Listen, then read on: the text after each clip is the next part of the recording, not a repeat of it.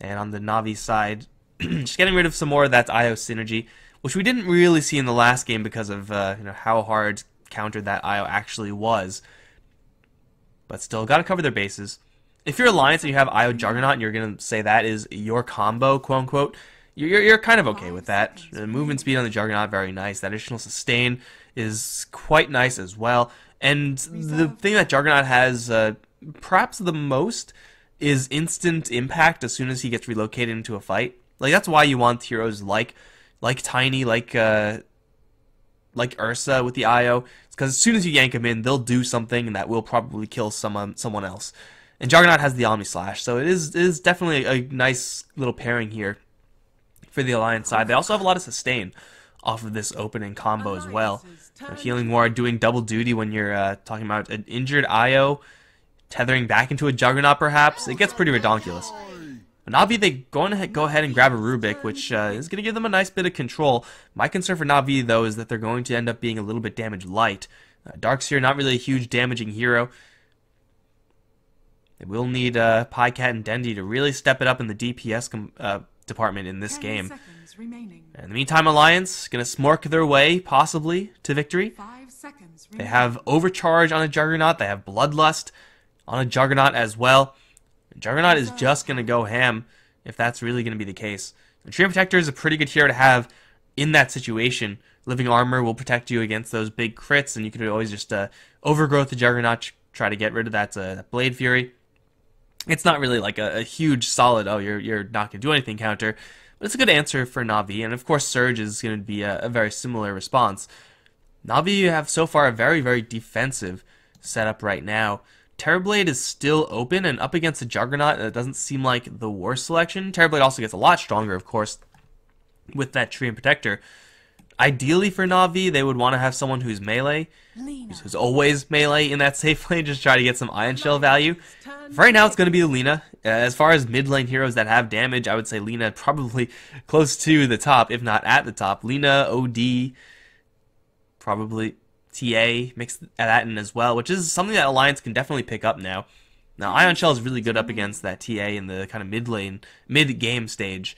But TA with Bloodlust and Overcharge up against the Lina matchup, I think that's a pretty clean one for the Alliance to get. And the best thing is that you know that the TA versus Lina matchup is going to be TA and Ogre Magi versus Lina, because Lina is not really going to get all that much help from Rubik and Treant Protector. A Telekinesis setup for an LSA is not nothing, but it kind of pales in comparison to what Alliance can do if they decide to go for the Templar Assassin at this stage. I do still think that this is kind of a necessity for the NaVi side. You know that Rubik and Treant Protector, they, again, aren't going to be really roaming around in the lanes. So that means your mid lane hero has to be self-sufficient. And in this situation, you really don't want to be sacking Dendi. Because, again, if you miss your mid lane hero, then you're just going to run out of damage. You just don't have any follow-up. And I really like this response from Alliance. Batrider with the extra movement speed, dual lane Batrider IO is not bad. But also, they have now a really good hero, along with the Ogre Magi, to deal with that Treant Protector. Fire, good against grass, as I'm sure you guys all know. But they also know that for NaVi, their damage is really going to be heavily loaded up into just one or two heroes. Like, Rubik, Treant Protector aren't really that great at responding to a Batrider. Let's just say they're not Vengeful Spirit. And Darkseer as well doesn't really have that much game up against the bats, so if you're a Batrider, you know that there's very, very easy targets to go for, and those targets are easy to go for and will have a very large impact should you pick them up with the lasso. Now, normally I'm not really a huge fan of the Batrider. I feel like the hero is, I feel like as far as, on a scale of 1 to 100, where 100 is Lina and 0 is Meepo, I feel like Batrider is kind of like a 40, like, 40 percentile of strength. That's just my opinion, though, man. In this game, it is definitely looking like an easy 75. No offense to the Meepo players out there. I know some teams love it. Abed Meepo is definitely a thing. But perhaps I'm biased. Who's a 0 nowadays? Underlord? Is Underlord a 0? He might be. I haven't seen him since the nerfs. Not a single time. Feels kind of bad, man. NaVi, take out the Sniper. Another hero that has a decent match versus the Lina. A little bit more of a hero that benefits off of that Bloodlust and the Overcharge and the kind of defensive aspect of the IO, the relocate out. But still, I would be worried if I was NaVi in their mid lane. Pycat Lifestealer going to be taken out now as Alliance go for a Silencer. Ooh, this is interesting. Now, this matchup is going to be okay-ish for the Silencer. Glaives of Wisdom spam is definitely a thing, but he does have to watch out for his movements.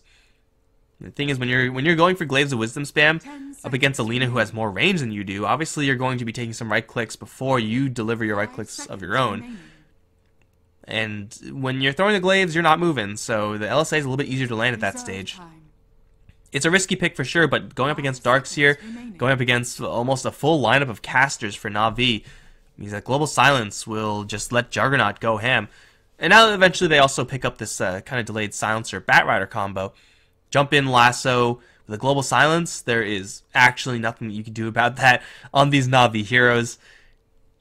General probably going to have to go for a Lotus at some point in order to get that silence off of himself. And Lotus is actually incredible against what Alliance have, so it does seem like it's a pretty primo item to have. And for the NaVi side, they're going to go for Phantom Assassin as their last pick. They just needed a hero that had a lot of deeps. They needed someone to do the damage. You can't really blame him for going for this Phantom Assassin. Matchup-wise, seems like it's actually pretty good. Maybe a tough time up against the Batrider slightly, but the Blur is going to be an all-star up against Silencer and Juggernaut both. And again, it's a very similar situation to last game, where Phantom Assassin is was up against a Terrorblade in that case, but still up against just pure right-clickers. Juggernaut will be happy to get an MKB. Silencer, definitely a little bit less so. So I do like the last pick from NaVi, although I do feel like Alliance's draft is a little bit superior. Teamfight perhaps lacking on their side if they're going to get initiated upon, but it's so hard for NaVi to initiate on Alliance, whereas the opposite is just so easy. It's a cakewalk with a Batrider and an IO with Global Silence cover. I would expect Alliance to start the fights the vast majority of the times, and NaVi at that point don't really have any responses. My audio isn't loud enough to know what this said. I'm a really disappointment of the Chinese community right now. Eternal shame upon my family. Well, smoke up either way from NaVi, and I'll wait to introduce them because they may be running into a little bit of a target here in Loda. Does have the spin, obviously. Lift up is going to be used before the spin. LSA completely off, though. Still with this many heroes right-clicking him, he still might go down here. Leech Seed picked up and will kill him off. And also will heal up a lot of that spin damage, so Loda, walking into the wrong neighborhood, gets mugged. And will give Dendi that first blood. First blood on Lina is about as best as you can hope for. And ooh, they're actually going to juggle up their lanes a little bit. A response play from Alliance, smoking up themselves. But they're going into a Darkseer. Ion Shell was picked up, and it will be a little bit of a smork fest right now. How good are the body blocks? They are not. There is Napalm slow, there's Ignite. Unfortunately, Ignite doesn't work with Napalm, despite that not making any sense at all. General now to the tower, but Hanskin, he ogre, he's smart, he don't care about a tower. He's a tier 2 though, he may care about Biver. Arriving to telekinesis the Batrider back in. Body blocks still almost non-existent. The tower shots still coming through though, and it will get the kill. Biver, a lot of experience off of that one. General obviously getting pretty heavy benefits as well. And Alliance trying to smork their way into tier 2s. That's a little bit of a hard sell. You know what, guys? Screw the introductions. You guys know who's playing what. I mean, you guys aren't here because you're just random guys wandering into a Dota stream. No, you're here because you know Alliance and you know NaVi. We're going to have a little bit, as I said, of a lane swap. Oh my god, those right clicks and the daggers. I mean, Blightstone is an item for sure, and when you're hitting for 91 a pop, Jonas Fan just got his ass kicked. Over in mid lane, Limp, victim of one of many, perhaps, combos, telekinesis into LSA. It's only level 1 Lina, so LSA is whatever, not going to do all that much. But deciding to put Pycat and Sunico up towards the top lane, perhaps expecting a Juggernaut lane, maybe trying to dodge the Juggernaut who's currently on the bottom lane. Sunico going to get the Leech Seed onto Jonas Fan, will give a lot of much needed juice towards Pycat. He's going to use his stick, and Biver's going to arrive. Telekinesis stunning everybody. Jonathon and EGM getting their asses whooped right now by right clicks, and Pycat will get in far enough away to salve up. And Jonathon, oh, another napalm turnaround. That was a big mistake. He could have just ran out, but I think he turned around for napalm or got misclicked and hit with the pathing. Either way, Hanskin now jumped by Pycat, Leech Seed, and lift up. Io doesn't really have anything to help Hanskin with the right clicks. Not enough. Level 2 Rubik, unfortunately not there for him. Only working with that telekinesis, and telekinesis Rubik is pretty pathetic, honestly. 4-9 base damage with a small stun, but Pycat not done yet. And EGM, he got abandoned by his friendly Ogre, who, by the way, is still being chased down by Sneeko, get punched in the face, and now EGM needs the sickest... Okay, never mind, he's dead. NaVi are smorking Alliance harder than Alliance are smorking NaVi. And this Tree and Protector is doing so goddamn much, it's kind of insane. Like, you always hear, like, oh, Tree and Protector, he has big right clicks, he's able to harass the enemies away. But he never really does this much damage, because usually there's just not this much fighting. But man, Sneeko is finding those opportunities. He doesn't even have boots yet. He has no movement speed advantage. He just has... Okay, now he has boots. He has the Orb of Venom only, and he's still able to land those right clicks. Insane. Now let's take a quick look at this boring lane over towards bottom. Loda's going to get some decent farm. General should be getting perfectly fine farm as well. No one should be dying on this bottom lane unless someone makes a big mistake. Surge trumps playthrough every single time, but Jonathon once again getting hit with some pretty heavy right clicks. Pycat, 8 stacks of napalm, gets out of the Batrider's damage, and now the Treant is on the run, running through the fire and the flames. He'll carry on, punch Batrider once, Orb of Venom, gets the Leech Seed. That should guarantee the kill. Punch him in the face. Sneeko probably will die. No, maybe not. He has living armor. He has a TP out. Orbs to the face. Oh, he teleports away. What a baller. Holy crap. Sneeko has been playing out of his mind in this series. By the way, people are dying over in mid lane. Dendi aggroed Limp a little bit too much, and he'll get to the shrine. He'll be fine. Pycat, the aggressive tri-lane Phantom Assassin with their Rubik and Tree. And I can't help but feel that Alliance will be having a little bit more success here if a Juggernaut was in this lane. Obviously, you still take all those right clicks, but you're able to put out so much more guaranteed damage as opposed to the Batrider, who you saw all those stacks of napalm on Pycat do a little bit, but ultimately, if he's not standing in that fire, well, you're not doing any damage now, are you? They're still trying to battle in this lane. There's no reason for NaVi to dissolve this lane. They're finding so much success here. And Sneeko is going in for round 2, along with the lift up from Biver with the Leech Seed and the jump in from Pycat. Jonathon dead before the Io can even arrive with that tether. Hanskin as well, not looking too hot with the right clicks. They'll take him down. Somebody call the police, because I'm pretty sure what's happening up towards top lane is not legal. At least not where I live. That was not an LSA that Dendi was looking for. That curse is actually going to be doing a lot of damage to him. Should be fine still, but you know what? Dendi doesn't have to do anything in this game. He can just handle the lane as he is. Slight lead for the Lina. General's having a pretty nice time against Loda as well. No winning state here for the Darkseer, but a perfectly fine one. He's going to go into the jungle, and he'll be fine in that regard.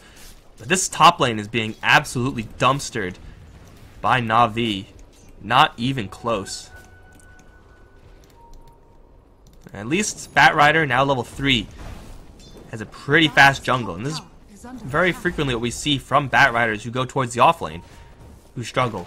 Just try to scrape together level 3, go into the jungle, and then pop back into lane when they're like level 6 or something like that. They get pretty good clear times. The concern right now for Alliance isn't really going to be that Batrider, even though he is 0-4-0, 5-6 minutes in the game. It's kind of depressing. It's the fact that now what the hell did the Io and the Ogre do? Ogre's going to try to apply some pressure over in general, but it's only a level 2 Ogre Magi. He doesn't really have much to contribute in killing off a Darkseer because he's so tanky. Io can stack, I guess, but there's no one... over in mid lane, Silencer lifted up into an LSA. Leech Seed is there as well. Sneeko and Beaver, they're going all over the place. Collecting heads, taking names, thinking about diving tier 1s. Probably a little bit too deep for Sneeko this time. These supports are going to be kind of in an awkward position where they don't really have access to their safe lane. When was the last time you guys saw a safe lane that was shut down this hard? So much so that nobody at all is comfortable going in. Now usually, if a carry is having a bad time in a safe lane, whatever, he'll go to the jungle, he'll go to the off lane, they'll find some way to switch it up, and then like a ranged support is going to be like hiding or something like that and just absorbing experience. That's not standard, but it's what happens. This is never what happens. You never ever see a safe lane completely abandoned like this. General, whoa, totally didn't miss that, guys. Is going to dodge the danger, but oh, EGM, don't tase me, bro. Got zapped in the jungle by Biver. These movements from these supports are insane. Oh, notice the fan. I think I'll go back to the lane. It seems safe now. And he's dead. 11 versus 0. God, is there some sort of mercy rule in effect now? There should be in Dota. I mean, it's a 4K lead off of an 11 kill advantage, which is you know, perhaps not like that bad. It's not something that you can't recover from, but it's still 7 minutes in the game. There's still nobody getting farm up on top. The Juggernaut at least is still getting farm, so Loda is going to be pretty happy.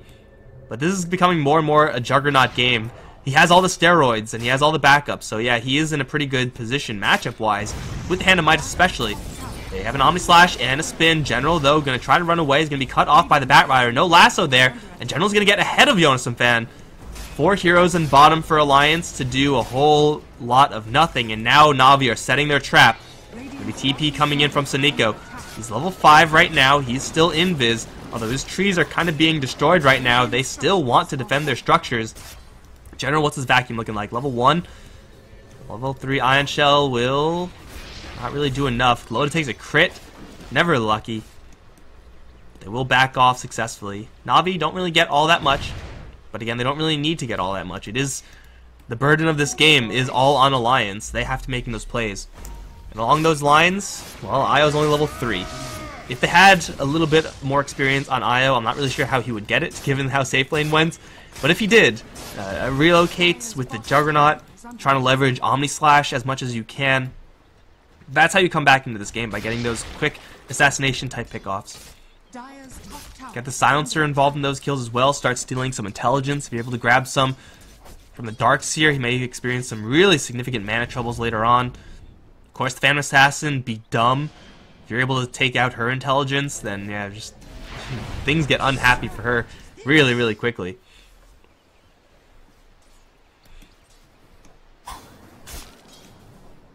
Right now, NaVi gonna look to hit the brakes a little bit. Pycat's gonna leave the top lane, give that over to Dendi. Double Nulls, looking for that Bloodstone buildup. On top of the net worth chart, despite being involved in the least action. That's mid lane farm for you right there. It's a favorable matchup as well. 2,500 Silencer, 38 for 12 versus the 63 for 8 of the Lina in the CS department. So Nico's getting the advantage here. That rotate out of the mid lane, getting Dendi into the jungle. Jungling Lina isn't exactly a thing, but hey, you don't need to do it for that long, just until the Treant gets level 6, and he will have that very shortly. Alliance, they are power farming their Juggernaut. They will have steroids galore for this hero. And if Batrider is able to find himself a couple of minutes undisturbed in this jungle, the Blink Dagger can get Alliance right back in this game. So Alliance, they're not feeling hot about this, but they still are in a position to recover, assuming they kind of limit their deaths for the next 5-10 minutes of this game. If this score gets pushed to like 13 or 14-0, that's still like a fine threshold for Alliance. That's something that they can recover from, simply because of how their draft is designed. If they start bleeding out more heroes, then hope is very quickly going to drain away. Io needs to get experience. The Silencer, not even with that global silence yet. Just needs to keep farming. It does seem like Alliance are 100% now reliant on assassination attempts. Speaking of, Biver gonna get charged down by Loda, FaZe, and Bloodlust. He's pretty quick. Biver is gonna get into the safety of his tower. Jonas Fan does not have his lasso. You'll just have to watch as the Rubik leaves to safety.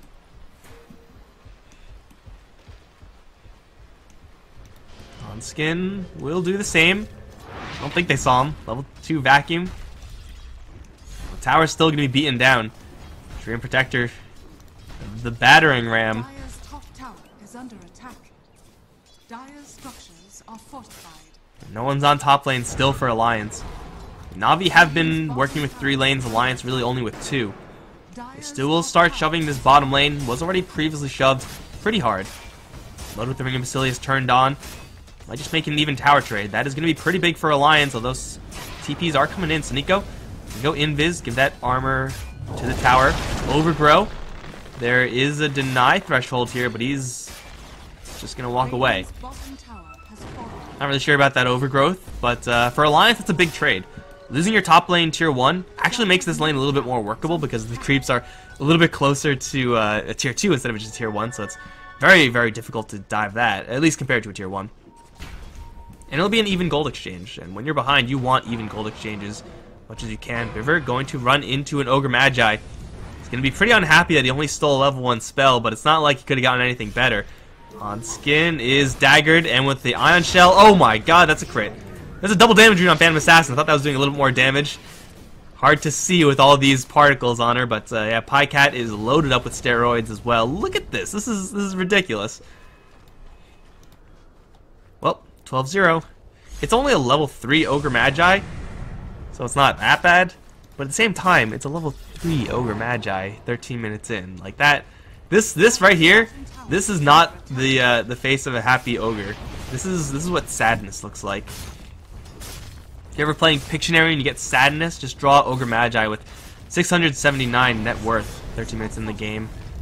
At least he has boots, right? We've seen worse. Tower will be destroyed on bottom, and this time no trade will be happening for Alliance. NaVi, Hand of Midas, number 1 being built up on the tree. Seems like that's going to be it. Hand of Midas got 1 on the Silencer on the other end, 2 on the Juggernaut. Yeah, so Alliance are definitely building up for the comeback.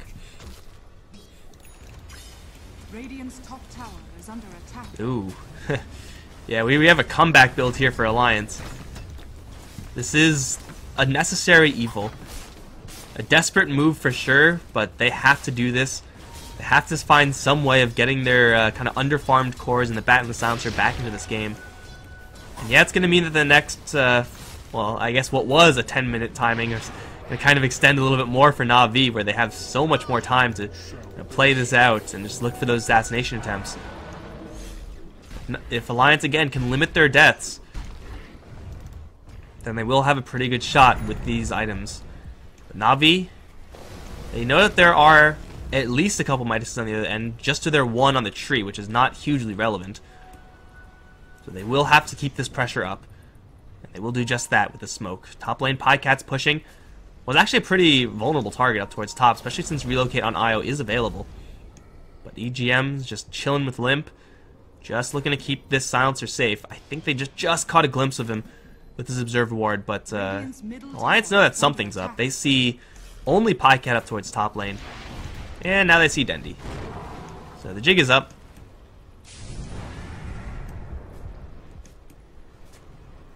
This tower is not long for this world. Alliance starting with the split push, at least as best they can considering the circumstances. Juggernaut's still on top of that worth chart. Very impressed by how Loda's just been able to dodge most of these really bad engagements, keep himself farming. But oh, IO lifted up. This time he has no Glimmer Cape, and with the Laguna Blade, not sure if the IO deserved that, but you know, he's super dead. Tower and a kill, pushing that lead to 6k. Are they looking for Roche now? Is the Desolator up? Almost up. He needs that courier to get back. But NaVi can definitely look to do that in just a little bit. This is not looking like a great game for Alliance, seeing as though the net worth experience making no real moves in their favor. But it's not really increasing in NaVi's favor as much as you would really expect. They don't really have the most snowbally of lineups. Like, Darkseer does have a mechanism. He is very tanky, he's a very high level. But Darkseer, unlike a Sand King or a Centaur or a Clockwork, isn't really going to just be constantly laying it into you. This should make my life easier. And he supports the same thing for NaVi. If on the other end, if it was NaVi with the Ogre Magi, they had a Vengeful Spirit or a CM, then things will be really bad. But Rubik and Tree are still kind of more so on the passive side, the kind of defensive side of the support roster.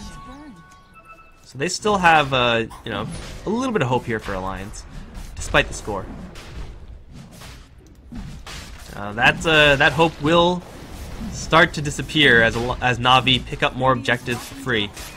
Loda, with all the steroids in the world, start tearing into the structure. General's going to TP in.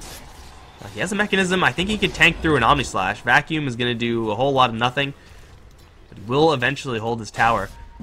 This is just buying some time. Batrider is going to make the ping out. Hey guys, they're at Roshan. He is very, very correct. There is an overgrowth they have to worry about, but a Treant Protector is... they're worrying about an illusion first, kind of kicking Jonasaphan's ass with those lucky crits. Highcat will grab that double life, and now Jonasaphan is going to arrive. Highcat is going to get some over the overgrowth, gets a big crit on the dagger, and gets a free kill, though he's still silenced. He's most likely going to lose his first life. Spin now onto Sneeko, not quite going to kill him just yet. Highcat's going to get another jump out, another big crit on EGM before he goes down. Omni Slash will get Loda a double, but Dendi now arrives with the Laguna Blade, making it an even 2 for 2. And Loda hit with the dagger. That's not where you want to be, my friend. There's no one to back him up here. At least not to bail him out in so far as an IO. He will spin, but there's no spin TPs. And I'm pretty sure NaVi know about that, just looking at the mana pool of Loda. Sick jukes? No. Okay. Well, you know what? He tried. He's going to get picked off as well. Everyone else from Alliance will back off. Darkseer mechanism? What Darkseer? We don't need a Darkseer in this fight. Man, Pycat was rolling lucky there. Getting crits when he's, like, guaranteed to die. But gets a crit with his last dying breath. Not an irrelevant amount of damage coming from this Phantom Assassin. Now, that was Alliance to also pick off the Aegis, but I'm not really sure if that's going to affect NaVi that much. Dendi has a Shadow Blade, I think, coming out to him. Yeah, that's a full completed Shadow Blade. So he's looking to step up to his assassination role as well. PA and Lina both looking to fill that assassination role. And this tower is super dead, despite NaVi not having an Aegis to really make this push a super safe one. They now have General. That's their Aegis right there with the mechanism. So far, it's been relatively quiet in this game, this Darkseer. But when he does start to play the game, he'll have most likely level 4 Vacuum with Blink Dagger. And that's not something that Alliance really want to deal with right now. So Nico, speaking of, is going to be running into a lot of heroes and will be dropped. Global Silence as well. And this is going to slow down Dendi's reinforcements. Still looking for EGM. Has the Laguna Blade. It's going to run in with the Invis EGM. And it's going to try to pull away, but Dagger's coming in with the LSA and the big Lightning Bolt. And they're looking also for Loda. They take out his healing. General's going to try to get in there as well with the Surge. But hey, Alliance, they get themselves on the board 17-3. Still losing an IO for a Treant Protector. Well worth it for Alliance as long as they don't also lose Loda. That will be bad. Big crit! Says, screw you, Blade Fury. Coup de grace is better. Hanskin is going to get dove in the base. What level is he right now? Level 5 Ogre? It's just not fair versus level 14 PA. And that's going to be another one for NaVi. Looking for more. Dendi's not going to stop. Can't stop, won't stop. Sees Jonasaphan with no Blink Dagger. And that looks to me like a free kill for Dendi. Jonasaphan gets the Flame Break. Nothing coming out of that one. 20-3. My lord. I mean, last game, NaVi had some pretty good matchups. It was pretty nice from NaVi, but this game is one that Alliance, I'm sure, will probably like to reset from as soon as possible. You don't want the game like this sticking in your mind for too long. Oh, Limp. Playing pretty aggressively. We'll get the tower denied. Loda's going to arrive. Needs some backup. There's the overgrowth. Knowing there's no global silence, NaVi might want to fight here. Get the stun up onto the Juggernaut. EGM. Not going to yank him out just yet. Gets pulled back into a vacuum, and Loda will fall. And now the jump forward from Pycat. 700 crit. Laguna Blade onto the Ogre. Limp and Batrider are both kind of wondering what the hell do they do here, because they didn't do any damage to NaVi. Again, General finally showing up to this game, because he wasn't needed up till now. Is going to open up the front gates for NaVi to poke at the high ground. Now, does Lina have that damage talent just yet? Yes, she does. So she has the extra right-click damage with the Shadow Blade, and She's just looking for some sort of opportunity like this. Limp lifted up, has a Force Staff, but I don't think that's going to work. The Shrine, no, it won't work. Pycat is going to get a double. He's also going to go for a Hanskin. He daggered the Silencer and jumped in towards the Ogre. And I think killing the Ogre makes him king, right? That's how it works. Well, EGM and and Jonas and Fan are just going to have to watch their buildings be destroyed. 21 minutes in. 3-25 now. That's going to be mid-racks down. And NaVi with no signs of stopping. Oh, Dendi with the feign retreat. Oh, onto Loda with the Laguna Blade. They got him again. Get mind gamed. Now the Batrider trying to initiate, in quotation marks, of course. EGM's like, get me the hell out of here, guys. I want out. He's going to get out, but his allies are not alive, so who cares about an IO? Nobody. Jonas the Fan's back. He's going to buy out. Loda has a buyout as well. With the Global Silence Alliance, I'm not really sure if they can do much here. Lim's going to try. Move forward. Still, Dendi has his eyes on the prize. And it will be the Phantom Assassin. Ready to jump into the drop of a hat. Dendi gets Force Staffed in. Big play if he can get out, but oh, actually no, Pycat wants in instead. He's like, oh, Force Staff her? Why not me? I want to fight. She's going to get 2. An Alliance, they use Global Silence to do, well, about half HP worth of Dendi damage. It was, by the way, 28 Bloodstone charges. So even if he dies, pretty sure he doesn't care. Force Staff. Oh, the LSA combo with the vacuum was perfect! Oh my god, somebody please call the cops. Omni Slash is going to do very little versus General. He'll fall as well. 3-31. And that's going to be GG well played.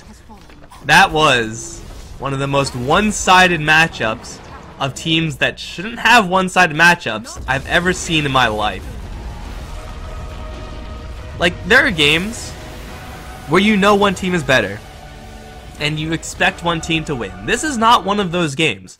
Like, Alliance played well enough in the last game for me to say, okay, yeah, these one-sided stomps, they shouldn't be happening. But then this happens. Then this happens, NaVi show up. We were asking earlier, guys, is NaVi back? There's a pretty good argument for the yeses out there. 3-31. I mean, where even to begin? Bottom lane for Alliance was fine. Mid lane lost. Limp versus Dendi is again a rough matchup for the Silencer. That top lane got absolutely destroyed. Batrider manages his lanes really slowly. Needs a lot of build up. Needs a lot of time to do that damage. And Soniko just crushing that lane from a very early stage, along with the Rubik, who's not really, again, the most aggressive hero. Okay. Whatever you say, guys, whatever you say. General doing his best to screw over